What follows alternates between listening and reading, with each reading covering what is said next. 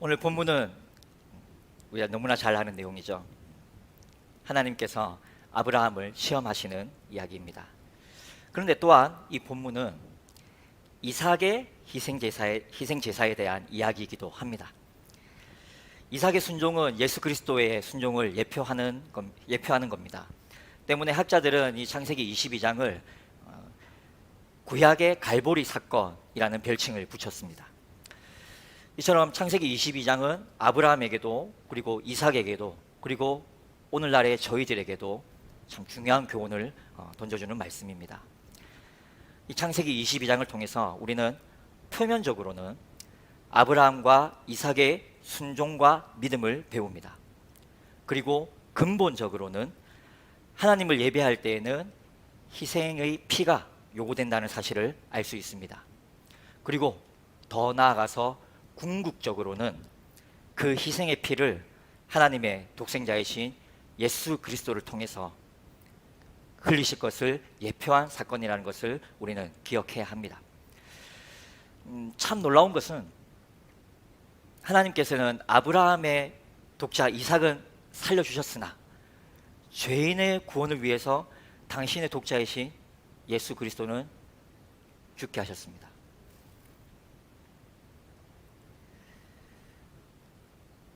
예수 그리스도를 죄인들을 위한 화목제물로 희생시켰다는 사실은 오늘 우리가 예배의 자리에 나아갈 때마다 잊어서는 안 되는 너무나 중요한 사실입니다.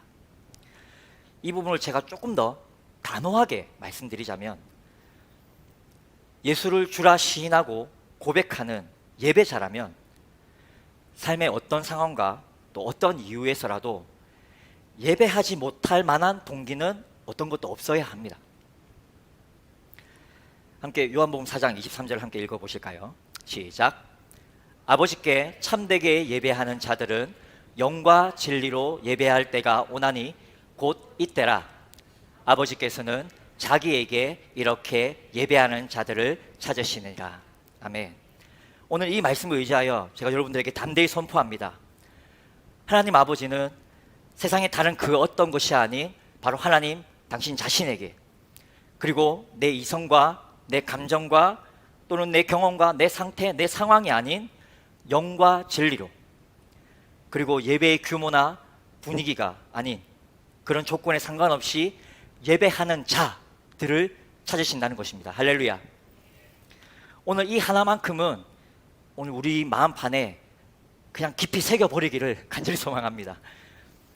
하나님은 받은 구원의 은혜로 인해서 마땅히 드려야 할 예배를 드리는 예배자로 우리를 부르셨습니다. 그러면 이렇게 자신이 예배자라는 것을 인정하고 내가 예배자라는 것을 고백하는 분이시라면 오늘 우리는 예배자로서 이와 같은 것들을 점검해야 합니다. 첫째로 우리는 예배를 예배하지 않는가, 이것을 잘 살펴보아야 합니다. 내가 생각하는 예배가 있고 내가 경험한 예배가 있습니다. 근데 중요한 것은 내가 경험한 것이 다가 아니라는 것. 지역을 떠나서도 다르고 나라를 떠나서도 다르죠. 그리고 또 예배하면 떠오르는 우리의 어떤 이상적인 것들, 또 우리가 예배 자리에 있으면서 뭔가 예배 자리에서 느껴지는 분위기나 이런 것들 속에서 그것을 어떻게 보면 좀 좋아하고 경외하는, 그래서 어떤 경건한 분위기 좋아하는 사람들은 절을 찾아가기도 하고 혼자 산에 올라가기도 하고 이런 것들 쫓는 사람들도 분명히 있거든요. 그래서 우리는 이러한 예배를 예배하지 않는가를 점검해야 합니다. 그리고 두 번째로 타성에 젖은 예배를 버려야 합니다. 타성에 젖은 예배가 무엇입니까? 바로 습관을 쫓는 예배입니다. 이미 오래전부터 예배 자리에 쭉 있다 보니 이미 그 예배의 습관에 젖어버려서 매여버려서 더 이상 다른 것을 찾으려 하지 않고 갇혀버린 그런 예배는 아닌지를 점검해 봐야 합니다. 세 번째로 설교자 또는 찬양 인도자 또는 다른 성도들, 이런 사람으로 인해서 사람 때문에 내가 예배 자리에 있지는 않는가를 생각해 보아야 합니다. 우리는 보통 이런 말들을 주고받고는 하죠. 아, 저 목사가 참 설교를 잘해. 아, 저 찬양 인도자가 참 실력이 좋아. 또 저 성도는 어쩌고 저쩌고 하면서 사람 때문에 내가 예배 자리에 나가지 않는가를 한 번 더 생각해 봐야겠습니다. 네 번째로 예배의 조건들을 따지고 예배를 판단하는 우리 자신을 혐오해야 합니다. 예배당의 인테리어, 또 강단의 크기나 조명, 갖춰진 시설들을 보면서 또는 진행되는 예배 의식들을 보면서 저건 저렇게 하는 건 아닌데 라는 식으로 판단하고 있지 않은지 우리 자신을 한번 점검해 봐야 될 것입니다. 오늘 우리는 이 주신 말씀을 통해서 오늘 우리 다음 가족분들 모두가 이렇게 사람이 생각하는 예배가 아닌, 사람이 생각하는 예배에 타협하지 않는, 세월이 흘러도 변치 않는 그런 믿음과 태도로 하나님이 받으실 만한 영과 진리의 예배를 드리는, 하나님이 찾으시는 참된 예배자가 되시기를 간절히 소망합니다. 그럼 이런 예배자가 되기 위해서 오늘 본문의 말씀을 예배의 관점으로 한번 보시면서 저희가 나눌 말씀을 한번 묵상해 보겠습니다. 말씀을 살펴볼 때 여러분들도 사도행전 17장 11절에 나오는 베레아 성도들처럼 이것이 과연 그러한가? 라고 생각해 보시면서 함께 묵상해 보기를 원합니다. 1절에서 하나님께서 아브라함을 부르신 이유는 명확하게 나타납니다. 시험하시려고. 여기에 사용된 이 시험이라는 단어는 이 히브리어의 원어에는 성경의 다른 곳에서 사람이 주어일 때도 있습니다. 예를 들어서 출애굽기 17장 1절에서 7절을 보시면 광야를 진군하던 이스라엘 백성들이 마실 물이 없어서 모세에게 불평하는 장면이 나옵니다. 그리고 모세가 반석을 쳐서 백성들에게 물을 공급하는 장면이 나오죠. 그런데 그 17장의 2절을 보시면 앞에 있는 화면의 말씀을 참고하셔서 보십시오.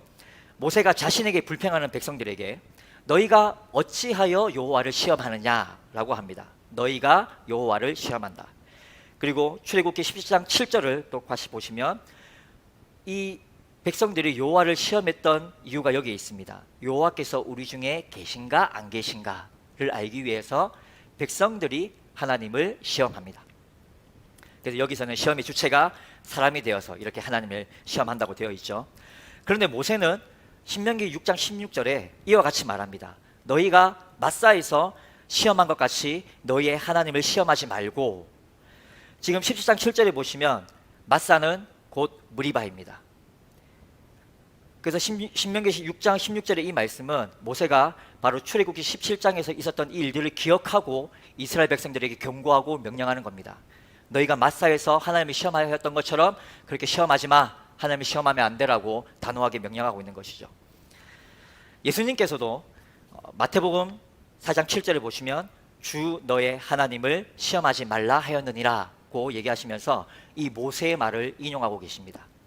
이와 같이 사람은 하나님을 시험해서도 안 되고 시험할 수도 없습니다. 그런데 성경의 또 다른 곳에는 오늘 본문처럼, 오늘 우리가 읽은 본문처럼 하나님께서 사람을 시험하시는 장면도 나옵니다. 대표적으로는 욥의 이야기가 있겠고요. 그리고 사사기 2장 22절과 또 사사기 3장 1절과 4절에도 하나님이 이스라엘 백성들을 시험하시는 장면이 나오고, 그리고 역대하 32장 31절에도 하나님께서 히스기야 왕을 시험하시는 장면이 나옵니다. 그런데 하나님이 시험의 주체가 되실 때는 그 시험하려는 의도와 목적이 분명하게 나타납니다. 그래서 또 앞에 있는 말씀을 참고해서 읽어보시면 하나님의 의도는 무엇인가를 알 수 있는데 바로 입증하기 위함입니다. 그럼 무엇을 입증하려 하시는가? 사사기 2장 22절에 보시면 여호와의 도를 지켜 행하나 아니하나 보시려고 합니다. 그리고 사사기 3장 4절에 보시면 이르신 명령들을 순종하는지 알고자 하셨더라. 역대하 32장 31절을 또 보시면 그의 심중에 있는 것을 알고자 하사. 이렇게 하나님의 의도가 하나님의 시험에 분명히 드러납니다. 이러한 사실을 통해서 우리는 하나님이 성도를 시험하실 때 그 이유를 분명히 알 수 있다는 겁니다. 하나님은 당신이 택한 백성이 하나님을 진심으로 경외하는가를 입증해 보이시려고 선하고 긍정적인 의도로 성도를 시험하시고 테스트하신다는 겁니다. 우리는 이것을 다른 말로 연단이라고 합니다. 그래서 하나님의 테스트는 곧 연단 또는 단련이라고 말할 수 있겠습니다. 그래서 하나님의 연단 중에 있던 욥은 이렇게 욥기 23장 10절에서 고백했습니다. 함께 읽어볼까요? 시작. 그러나 내가 가는 길을 그가 아시나니 그가 나를 단련하신 후에는 내가 순금같이 되어 나오리라. 아멘.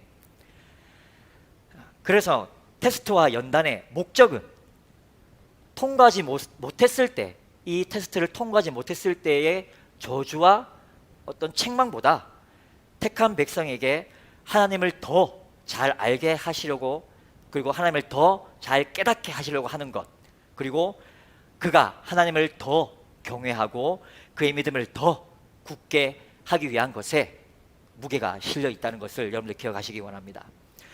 그럼 이런 질문을 할 수 있겠습니다. 그럼 통과하지 못했을 때는 어떻게 됩니까? 과연 믿음이 없는 사람에게 믿음의 테스트라는 것이 있을 수 있을까요? 이 말은 성도가 받는 테스트는 바로 믿음 때문이라는 겁니다. 그래서 테스트 받는 이 믿는 자가 절망과 어려움 속에서도 끝까지 그 믿음을 놓지 않으려고 발버둥 친다면 하나님은 계속 기회를 주시면서 견딜 만한, 또 이길 만한 능력과 힘과 지혜를 주셔서 결국에는 통과하게 하십니다. 그래서 믿음의 경주라는 것은 한 걸음에 훌쩍 빨리 뛰어넘는 것이 아니라 한 걸음 한 걸음씩 주님과 함께 보조를 맞춰서 걷는 것입니다. 오늘 본문에서도 하나님은 이와 같은 은혜를 베푸시기 위해서, 그리고 믿음의 조상이 될 아브라함의 믿음을 입증하시기 위해서 아브라함의 인생에서 마지막으로 그를 부르십니다. 그런데 이 마지막 부르심이 매우 흥미로운 것은 이 테스트하시는 방법 때문인데요. 우리는 오늘 우리가 읽었던 이 본문의 사건에서 아브라함이 백세에 얻은 독자 그 이삭이 죽는다는 것에만 이것에 관심이 쏠릴 수가 있는데, 우리가 이 사건을 한 걸음 물러서서 바라본다면은 하나님은 아브라함을 예배를 통해서 테스트하신다는 것을 알 수 있습니다. 여러분 2절에 보시면 하나님께서 아브라함에게 명령하신 것은 번제하라는 것이었습니다. 번제를 드리라. 번제가 무엇입니까? 제물을 태워서 제사하는 방식이죠. 번제의 원어는 올라입니다. 히브리어로 올라라고 하는데 말 그대로 우리말로 올라간다라는 뜻입니다. 참 재미있는 단어이죠. 그 말은, 이 번제라는 것은 제물을 온전히 다 태워서 그 향기로 하나님께 올려드린다는 것이죠. 그래서 그 제물을 살과 내장과 피까지 다 온전히 다 태워서 그 연기로 하나님께 향기로운 제물을 드린다는 그런 제사 방법입니다. 그래서 번제는 말 그대로 온전히 모든 것을 드린다라는 의미를 가지고 있습니다. 그렇다면 이 명령은 아브라함의 입장에서 다시 한번 생각해 본다면 말 그대로 아들 이삭을 온전히 다 태워서 드려야 합니다. 아브라함의 입장에서 본다면 이 명령은 말 그대로 절망입니다. 과연 하나님께서는 이 절망적인 테스트를 통해서 아브라함의 무엇을 입증하려고 하시는 걸까요? 그것은 바로 아브라함은 100세에 얻은 너무나 귀한 이 아들이라도 하나님께 바칠 수 있는 믿음이 있는가? 그만큼 하나님을 경외하는가를 입증하시려는 겁니다. 그 증거가 바로 창세기 22장 12절에 나와 있습니다. 함께 읽어보실까요? 시작. 내가 내 아들 내 독자까지도 내게 아끼지 아니하였으니 내가 이제야 내가 하나님을 경외하는 줄을 아노라. 여기에서 하나님의 의도가 분명히 드러납니다. 내가 하나님을 경외하는가를 알아보시기 위해서 이 절망적인 테스트를 하신다는 것. 오늘 이 사실을 통해서 우리는 이러한 결론들을 이끌어낼 수 있습니다. 함께 읽어보기 원합니다. 시작. 하나님은 택한 성도를 단련하시기 위해 예배를 통해서 테스트하실 때도 있다. 그것이 절망적인 상황일지라도. 인정이 되십니까? 하나님께서 이 믿음의 조상이 될 아브라함을 테스트하려고 부르신 것이 그의 인생의 마지막 부르심이라는 것, 그리고 그것이 예배를 통한 테스트다라는 이 사실은 오늘 우리에게 깊은 묵상을 던져줍니다. 오늘 여러분들은 예배 자리에 나오실 때마다 자신의 모든 것 또는 자신의 모든 상황들을 다 태워버리시기 위해서 있는 모습 그대로 하나님 앞에 나아가십니까?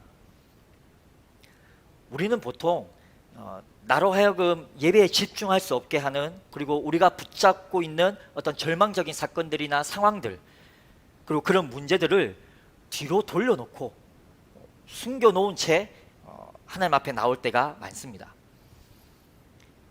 간단한 예로 예배 드리기 위해서 이제 교회로 출발하기 전에 배우자와 다퉜다거나 또는 자녀들 때문에 좀 속이 상해서 그 마음이 풀리지 않은 채로 교회에 왔을 때라든지, 또는 교회 이제 운전하고 오는 길에 시비가 붙는다거나, 때로는 또 사고가 나서 속이 뒤집어져서 교회에 도착한 후에 아무 일이 없었다는 듯이 평안한 모습으로 성도들과 인사하고 목사님과 인사한 후에 예배 자리에 앉으셨던 적은 없으셨습니까? 그때 충분히 예배 드릴 준비가 잘 되시던가요? 물론 이 상황에서 믿음이 없는 사람이었다면 교회 오기 전에 벌써 차를 돌렸겠죠.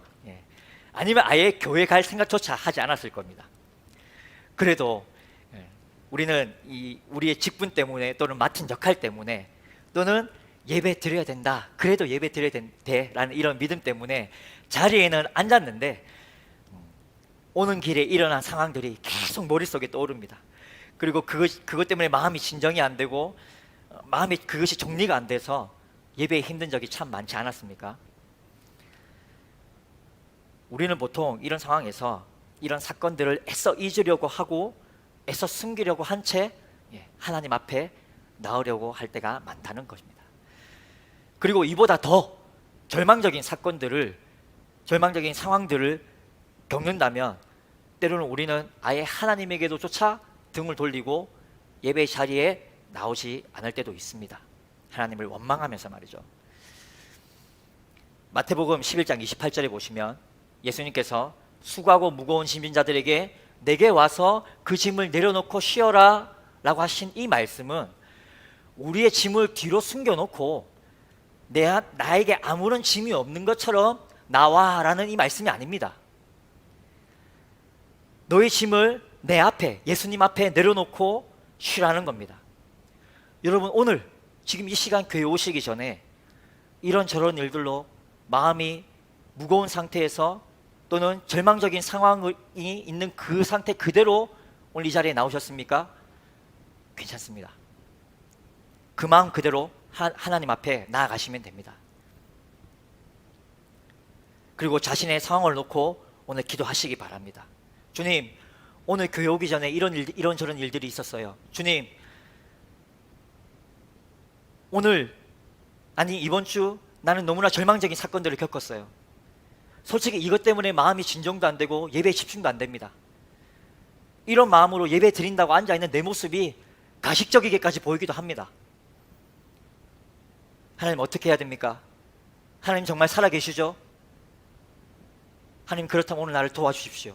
하나님, 나를 오늘 긍휼히 여겨주십시오 라고 기도해야 합니다. 오늘 이 마태복음 11장 28절의 이 말씀이 바로 이런 의미가 아니겠습니까?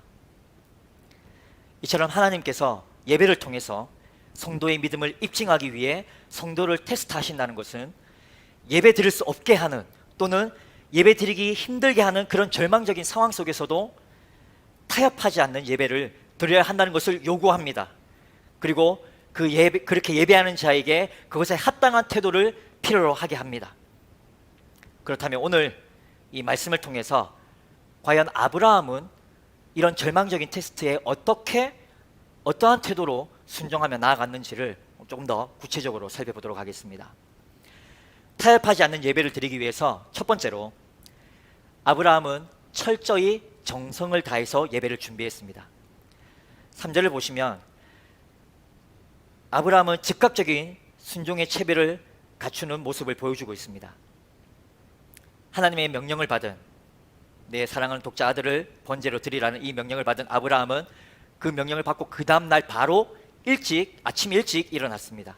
그런데 이 아침 일찍 일어났다는 것은 두 가지를 상상해 볼 수 있는데, 하나는 100세에 얻은 그 귀한, 사랑하는 너무나 그 귀한 아들이지만 하나님의 거부할 수 없는 그 명령에 따라서 그 아들을 제물로 바쳐야 한다는 이 불가피한 이 상황 속에서 이 아버지로서 이 복잡한 마음으로 잠 못 이루고 잠을 설치다가 아침에 일어난 것일 수도 있고요.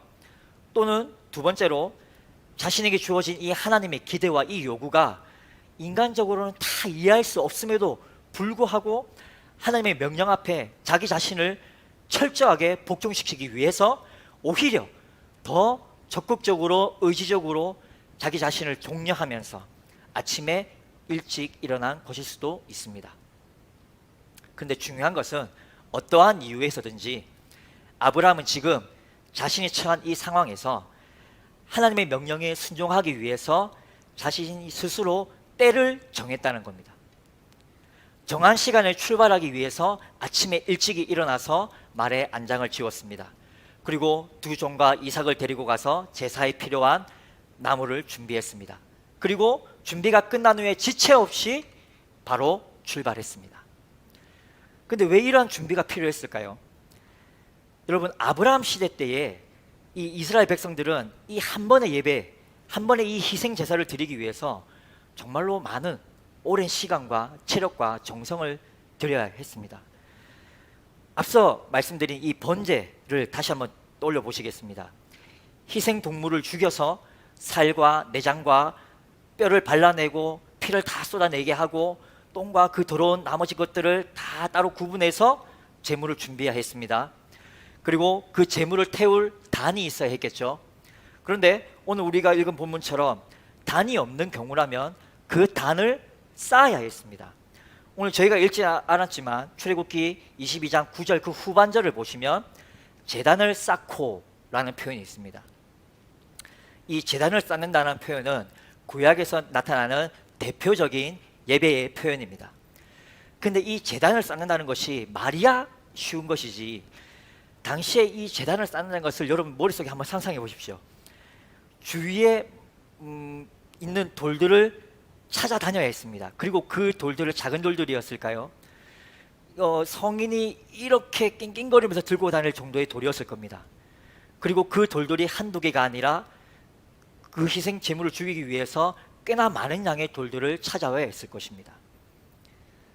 그리고 그 다듬어지지 않은 돌들을 들고 오는 과정에서 상처가 나고 더러워지고, 이런 것들을 상상해 본다면 이 당시에 예배자들은 그 단 한 번의 예배를 드리기 위해서 얼마나 이런 수고와 정성과 시간과 체력을 들였는지를 우리는 상상해 볼 수 있습니다.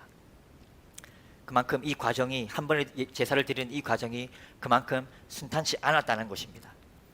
그런데 지금 우리가 아무리 상상력을 동원한다고 해도 이 아브라함의 시대에 이 한 번의 제사를 위해서 준비했던 이런 정성 들인 이 과정을 우리는 지금 솔직히 다 이해할 수 없고 다 공감할 수 없는 것은 사실입니다.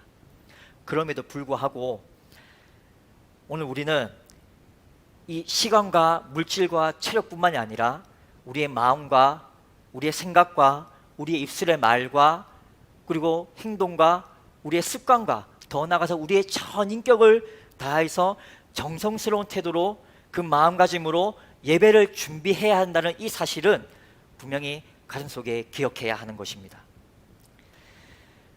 타협하지 않는 예배를 드리기 위해서 두 번째로 아브라함은 그럼에도 불구하고 난 예배하리라 라는 굳은 의지와 결심을 가졌습니다. 아브라함의 이 굳은 의지와 결심은 두 가지 모습으로 나타나는데요. 작은 첫째로 5절을 보시면 번제를 드리기 위해서 자신의 집에서 출발한 후에 3일째 되는 날 아브라함의 일행은 모리아 땅에 도착했습니다. 그리고 이제 하나님이 지시하신 산에 올라가기 위한 채비를 합니다. 그리고 이때 아브라함은 동행했던 두 종들에게 너희는 여기에 남아서 기다리라 라는 것을 명령합니다. 그리고 이어지는 6절을 보시면 아시겠지만 이 아브라함이 준비한 제사를 진행하기 위해서는 꽤나 돈선이 많이 필요했을 것이라는 것을 예상해 볼 수 있습니다. 왜냐하면 쪼갠 나무도 들고 가야 하고 불과 칼도 가지고 가야 했습니다. 그런데 지금 이삭이 쪼갠 나무들을 등에 지고 가고 그 다음에 아브라함과 이삭이 또 나누어서 불과 칼도 지고 가야 하고, 어떻게 보면 이 제사를 드리기 위해서는 이 두 종의 손이 필요했을 수도 있어요. 그리고 그 산에 올라갔을 때에 역시나 단이 없을 수도 있기 때문에 그 단을 쌓으려면 돌을 찾아다니려면 어쨌든 손이 더 많은 것이 더 수월하지 않았겠습니까? 그런데 왜 아브라함은 그 두 종들을 따로 떼어놓고 올라갔는지, 이것을 생각해 볼 때 오늘 우리가 한번 짚고 가야 할 부분이 있는데요.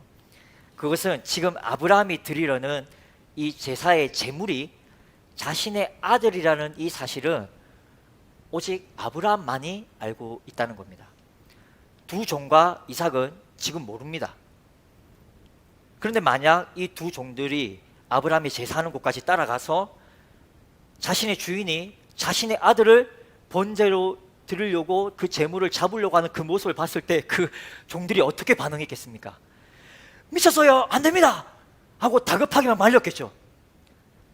그리고 막 말리고 실랑이를 하다가, 그리고 그래도 주인이 또 단호하게 명령을 하면 또 뭐 어쩔 수 없이 말리는 것을 그만두고 뭐 바라보든 아니면 내려가든 그런 상황이 벌어졌겠죠. 어떠한 모습이었든 간에 아브라함의 입장에서 본다면 그것은 아브라함의 제사를 방해하는 요소가 되는 겁니다. 그래서 아브라함에게는 종들이 없이 제사를 준비하는 것이 꽤나 수고롭고 또 부담스러울 수 있는 일이었음에도 불구하고 아브라함은 자신이 드려야 할 이 예배에서 그 예배에 방해되는 요소를 과감하게 제거한 겁니다. 바로 온전히 예배하겠다는 이 아브라함의 의지를 보여주는 것이죠. 이것은 또 한편으로는 예배는 자신과 하나님의 온전한 1대1의 관계에서 드려지는 것이라는 것도 알려주는 겁니다. 또 작은 둘째로 아브라함은 종들에게 내가 저기 가서 예배하고 라고 말합니다. 이 히브리어 원어에서 예배하고라는 이 단어에는 의지와 의향과 결심이라는 뜻이 이런 모습이 담겨 있습니다. 영어로 will, 나는 이렇게 할 거야, 나는 이렇게 할 것이야 라는 이런 의지가 담겨 있는 단어입니다. 무슨 말입니까? 아들을 제물로 바쳐야 하지만 그럼에도 불구하고 나는 올라가서 하나님께 예배드릴 것이다 라는 이 아브라함의 굳은 의지와 결심을 보여준다는 말입니다. 내가 저기 가서 예배하고 라는 이 단어가, 이처럼 우리는 예배를 드리는 순간마다 우리의 상황과 환경을 뛰어넘어서 나는 예배할 것이다, 나는 예배하리라는 굳은 의지와 결단을 필요로 한다는 것을 오늘 말씀을 통해서 배울 수 있습니다. 그런데 이 표면적으로 드러나는 이 아브라함의 모습, 나는 어떻게든 예배할 거야 라는 이런 모습이 표면적으로 본다면은, 그리고 제3자 입장에서 본다면은 꽤나 좀 위험하고 맹목적인 것처럼 보일 수도 있어요. 그래서 앞서 우리가 한번 상상력 펼쳐봤던 것처럼 만약 아브라함의 종들이 따라가서 아브라함이 그렇게 예배하려고 하는 모습을 본다면 말렸지 않았겠는가 라고 상상해 보는 것 아니겠습니까? 그런데 이 아브라함의 이 의지와 이 결단이 단지 맹목적인 것에서 시작된 것이 아니라는 것을 이어지는 다음 구절에서 증명합니다. 그래서 타협하지 않는 예배를 드리기 위해서 세 번째로 아브라함은 하나님을 향한 그 믿음을 굳건하게 지켰습니다. 5절의 후반부를 보시면 아브라함은 종들에게 돌아오리라고 말합니다. 그리고 그 돌아오리라라는 것에 대한 주어가 무엇입니까? 바로 우리입니다. 지금 아브라함에게 주어진 이 상황에서 아브라함이 생각한 대로 예배를 드리고 온다면 돌아와야 될 사람은 누구입니까? 아브라함 혼자입니다. 하지만 종들에게 말하는 것은 돌아온다는 그것이 바로 우리, 아브라함과 자신의 아들 이삭이 함께 돌아오리라 라고 지금 말하고 있는 거거든요. 이게 무슨 의미입니까? 예배가 끝나면 아브라함과 자신의 아들이 함께 돌아온다는 말인데, 그런데 이 말을 가지고 학자들은 지금 자초지정을, 이 예배에 대한 이 자초지정을 모르고 있는 이 두 종들과 이삭에게 아브라함 자신이 드릴 이 예배를 방해받지 않으려고 지금 이 사람들에게 아브라함이 지금 거짓말을 하고 있는 거다라고 해설하기도 하거든요. 그런데 여러분들이 이 부분에서 어떻게 생각하십니까? 보통 속이려고 하는 사람이라면 자신의 속내를 최대한 들키지 않으려고 하는 게 좀 더 일반적이지 않을까요? 물론 어떤 사람들은 일부러 간을 보려고 그런 변태적인 생각을 가지고 일부러 간을 보려고 하는 사람도 있긴 하지만, 일반적이라면 속이려는 사람들은 자신의 의향을 숨기려 하잖아요.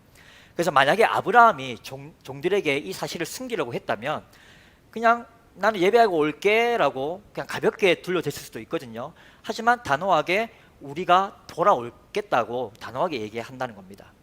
그래서 이 부분을 로마서나 그리고 히브리서에서 표현된 이 아브라함에 대한 평가들을 이렇게 종합해서 한번 생각해 본다면, 오늘 우리가 돌아오리라 라고 하는 이 아브라함의 이 말은 아브라함의 믿음의 고백이라고 보는 것이 옳다고 생각합니다. 하지만 다만 이 믿음의 고백은 아무 감정 없는 기계적인 믿음의 고백이 아니라는 것을 기억해야 합니다. 지금 우리가 앞서 아브라함이 나는 예배하리라 라는 굳은 결심과 의지를 가진 것을 알았습니다. 그처럼 아브라함은 정말 진심으로 자기 아들 이삭을 하나님께 번제로 드릴 것을 결심하고 지금 예배를 준비하고 있다는 것을 기억해야 합니다. 중요한 건 지금 이 결심 가운데서도 아브라함은 하나님을 향한 그 신뢰를 잃지 않고 있다는 겁니다. 이 신뢰에 대한 대미를 장식하는 것이 바로 8절인데요. 이 8절을 보시기 전에 먼저 7절을 보시면, 아브라함이 이삭과 함께 하나님이 지시하신 그 산을 오르는 중에 한동안 계속 침묵하고 있던 이삭이 드디어 말을 꺼내는데 이렇게 갑작스레 묻습니다. 아버지요, 제사를 위한 불과 나무는 있는데 제일 중요한 제물이 보이지 않습니다. 어린 양은 어디에 있습니까? 아들의 이 질문에 아버지 아브라함은 가슴이 철렁했을 거예요. 그죠? 그런데 어쨌든 아브라함은 자신의 감정을 내색하지 않은 채 곧바로 대답합니다. 8절 한번 같이 읽어볼까요? 시작. 아브라함이 이르되 내 아들아, 번제할 어린 양은 하나님이 자기를 위하여 친히 준비하시리라 하고 두 사람이 함께 나아가서. 아멘. 네, 믿음의 조상 아브라함의 고백입니다. 하나님이 자기를 위하여 친히 준비하시리라.